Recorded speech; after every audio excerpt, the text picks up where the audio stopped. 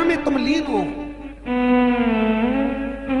महाराज दुनिया के लोग नहीं समझते कि शंकर पर जल चढ़ाने का क्या लाभ है। शिव महापुराण कहती है, अगर एक दिन शिव महापुराण की कथा कहती है सोमवार के दिन भगवान शंकर को अगर जल चढ़ाया जाता है तो घर में तेज लक्ष्मी प्राप्त होती है। क्या मिलती है? तेज लक्ष्मी। कर बैठी थी, उनके नेत्र से अश्रु गिरा। पूरी दुनिया में केवल एक बेलपत्र का वृक्ष कैसा होता है जिस वृक्ष के नीचे माता लक्ष्मी शाम के समय पर बुआरी लगाने के लिए जाती है, झाड़ू लगाने के लिए। बेलपत्री के पेड़ पर बेलपत्र का वृक्ष, जिसके यहाँ लक्ष्मी नहीं टिकती हो, पैसा घर में नहीं आता हो, बहुत चिंता लगी रहती हो, लक्ष्मी से जुड़ी हुई, व्यापार से जुड़ी हुई, पैसा आ ही नहीं लिया, बहुत मेहनत कर रहे हो। सोमवार की सोमवार 5 सोमवार बेलपत्री के पेड़ के नीचे एक घी का दिया लगाना चालू कर दीजिए। शाम के समय थोड़ी सी मिट्टी बेलपत्री के पेड़ के नीचे की उठाकर लिया, घर के अंदर लाकर इतनी सी मिट्टी लाकर पटक दीजिए। 5 सोमवार करके देखो, छठे सोमवार पे करने की जरूरत नहीं पड़ेगी, व्यापार अपने आप बढ़ना चालू हो जाएगा। लक्ष्मी शाम के समय पर प्रतिदिन बेलपत्र के पेड़ के नीचे बुआरी लगाना। शंकर भगवान की प्रियता बेलपत्र। पहले भी कथा में कहा, फिर कहते हैं, जिस व्यक्ति के जीवन में धन, संपदा, वैभव, सत्ता, लक्ष्मी की थोड़ी भी कमी दिखती हो, उसको बेलपत्री के वृक्ष का पूजन चालू कर देना चाहिए। जाओ सोमवार के दिन बेलपत्र वृक्ष के नीचे जल चढ़ाकर, जल का सिंचन कर कर, उसी बेलपत्र के नीचे शाम के समय पर संध्या काल में, प्रदोष काल में भगवान देवाधिदेव महादेव गौरी शंकर का स्मरण करो। बेलपत्र की जड़ की ओर, बेलपत्र की तना की ओर, बेलपत्र के वृक्ष की ओर तुम्हारा मुख हो। कोई आसन नहीं, कोई आसन नहीं, केवल बेलपत्र के वृक्ष की ओर तुम्हारा मुख हो।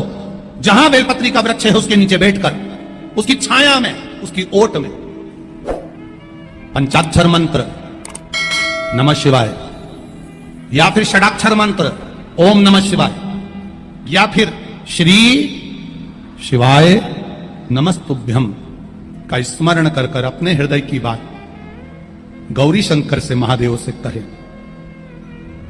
शिव महापुराण की कथा कहती है 7 दिनों में एक दिन सोमवार का ऐसा होता है जिस दिन 33 कोटि देवी देवता बेलपत्री के वृक्ष के नीचे बैठकर भगवान शंकर और पार्वती का स्मरण करते हैं और शिव पार्वती उनकी झोलियां खुशियों से भरते हैं। देवता भी जिनका भजन कर रहे हैं वो बेलपत्री के वृक्ष के नीचे। लक्ष्मी, मां लक्ष्मी भी बेलपत्र के वृक्ष के नीचे निरंतर विराजमान होती है। और आप लोगों से एक निवेदन और करना चाहेंगे, ये मनुष्य का शरीर जब तक रहे, ये मानव की देह जब तक रहे, जिंदगी में एक बेलपत्री का वृक्ष अपने रहते रहते कहीं पर भी लगाना, उसको बड़ा करना, उसको बड़ा कर कर जैसे अपने बच्चे को बड़ा करते हो ऐसे लगाकर बड़ा कर कर महादेव से कहना कि मैंने अपनी जिंदगी में, मैं मर भी जाऊं, मेरे प्राण छूट भी जाएं, मेरे जाने के बाद मेरे घर के लोग एक लोटा जल चढ़ाएं ना चढ़ाएं, बेलपत्री चढ़ाएं ना चढ़ाएं, पर ये वृक्ष मैंने बेलपत्री का लगा दिया, अगर मैं मर भी गई तो मेरे मरने के बाद भी मेरे हाथ की बेलपत्र महादेव को चढ़ती रहेगी, महादेव को प्राप्त होती रहेगी। लगाओ एक बेलपत्री के पौधे को, छोटे से बड़ा करो, बड़े से बड़ा करो, बड़े से बड़ा करो, और बड़ा करने के बाद उसको कहीं तुम्हारी मर्जी पड़े जहां उस बेलपत्री के वृक्ष को लगाओ। अगर गलती हो गई है, बहुत गलतियां हो गई, बहुत दुख पड़ गया, तकलीफ में आ गए, लग रहा है कि मुझसे बहुत गलतियां हुई है, बाबा मेरी नहीं सुन रहा, ये बेलपत्री का भाग की डंडी पीछे की ओर कर, जहां बैठकर बेलपत्र चढ़ा रहा, पत्ती का मुख अपनी और डंडी का मुख सामने। शिव की कुछ आराधना है, मेरे भोले बाबा की कुछ आराधना है। खाली ना जाता कोई, खाली ना जाता कोई, दर से तुम्हारे मैं भी खड़ी हूँ नहीं, बाहें पसार मैं भी खड़ा हूँ नन्ही, बाहें पसार अपने। बैसाख के महीने में तो आपको अगर शरीर में कहीं पथरी भी आ गई है ना, कहीं नेत्रों में अगर ज्योति कमजोर पड़ रही है, जाले पड़ने लगे, चश्मा बढ़ने लगा, रात को आंखों में जलन होने लगी, रात को नींद नहीं आ रही है, तो बैसाख के महीने में जो दुर्वा होती है, इस दुर्वा को तोड़ लाओ। जहां पर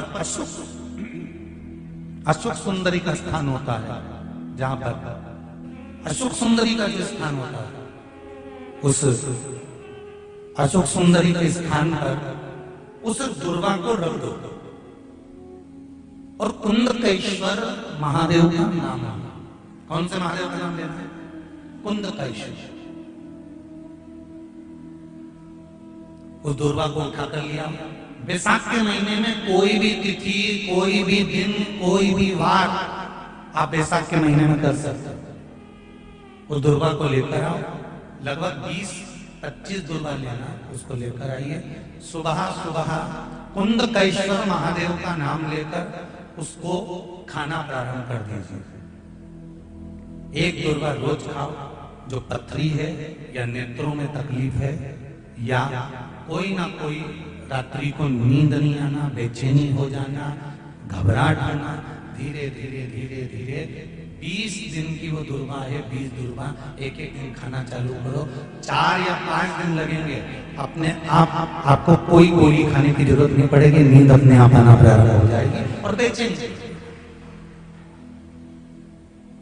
अशोक सुंदरी वाली जगह पर दुर्वा समर्पित कर कुंदकेश्वर महादेव का नाम लेकर। कौन से महादेव? कुंदकेश्वर। जिस नारी का रजोधर्म से जुड़ा हुआ जो भी तकलीफ होती है, केवल हाथ में जल लेकर, आसक्ति का नाम लेकर भी वो पान कर लेती है, तो रजोधर्म से जुड़े हुए सारे दुख, कहते हैं कि गर्भ में, गर्भाशय में अगर गांठ भी पड़ गई है और डॉक्टर कह रहा है कि बच्चादानी में गांठ है, गर्भाशय में गांठ है और इसका ऑपरेशन होना जरूरी है, आसक्ति दक्ष प्रजापति की पहली पत्नी का मात्र स्मरण कर कर अगर आचमन पानी का कर लिया जाए तो गांठ भी गर्भाशय की गलना प्रारंभ हो जाती है। ये वो नाम, ये वो शब्द है।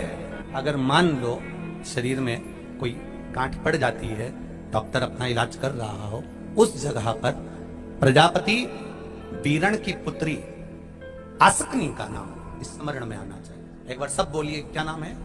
आसक्ति। और हम आसक्ति का नाम भी नहीं बोल सकते, तो इसी आसक्ति का एक नाम है वीरणी। क्या नाम है? आसक्ति का स्मरण। अगर गांठ भी गर्भाशय में है और डॉक्टर बोल रहा है कि ऑपरेशन है, कराना है, डॉक्टर साहब से कहना, साहब जल्दी तो नहीं है ना, 15 दिन का समय तो मिल सकता है या 10 दिन का समय तो मिल सकता है इसका ऑपरेशन कराने के लिए। फिर आसक्ति का नाम लेकर शिव जी की शिवलिंग पर जब हम बेलपत्र समर्पित करें तो ये डंडी का मुख जब हम शिव जी को चढ़ाते हैं तो इस डंडी का मुख हमेशा हम उधर रखते हैं। अब की बार आसक्ति का नाम लेकर जब हम शंकर भगवान को बेलपत्र समर्पित करेंगे तो ये डंडी का मुख शिवलिंग पर अपनी ओर रखेंगे और उसी बेलपत्र को चढ़ाकर जल समर्पित कर कर आचमन कर कर उसी बेलपत्र को लाकर घर के द्वार को पूरा खोलकर घर के अंदर प्रवेश कर कर घर के बाहर स्मरण को, शिव को याद करते हुए उस बेलपत्र को चबा चबा कर खाना प्रारंभ करिए। 10 दिन मांगिए आप, ये 10 दिन के बाद मैं ऑपरेशन कराऊंगी, मना नहीं, पर एक बार मैं मेरे महादेव का नाम का स्मरण करना चाहती हूँ, एक बार शिव तत्व को जान। क्या नाम है? जम के बोलो, नाम बोलो फिर से। आसक्ति। इस नाम की मूलता का स्मरण करिए। वीरणी आसक्ति। जैसे गणेश जी की 2 सूंड होती है, एक राइट सूंड का गणेश, एक लेफ्ट सूंड का गणेश। कौन कौन सी सूंड का? राइट सूंड और लेफ्ट सूंड। राइट सूंड का गणेश घर में होना चाहिए और लेफ्ट सूंड का गणेश आपका कोई ऑफिस हो, जहां से आप अपना धंधा कर रहे हैं, नौकरी कर रहे हैं, सर्विस कर रहे हैं, काम कर रहे हैं, बिजनेस कर रहे हैं, या आप अपनी कोई भी कुर्सी के ऊपर बैठते हैं किसी कमरे में जाकर, उस कमरे के अंदर लेफ्ट सूंड का अगर गणेश होगा तो आपकी तरक्की को, आपकी उन्नति को दुनिया में कोई नहीं रोक सकता। और अगर जिस स्थान पर बैठकर आप बिजनेस कर रहे हैं, कमा रहे हैं, उस स्थान पर अगर राइट सूंड का गणेश होगा तो आपकी तरक्की नहीं, वहां लेफ्ट सूंड का गणेश होना चाहिए। और घर में जम के बोलो, राइट सूंड।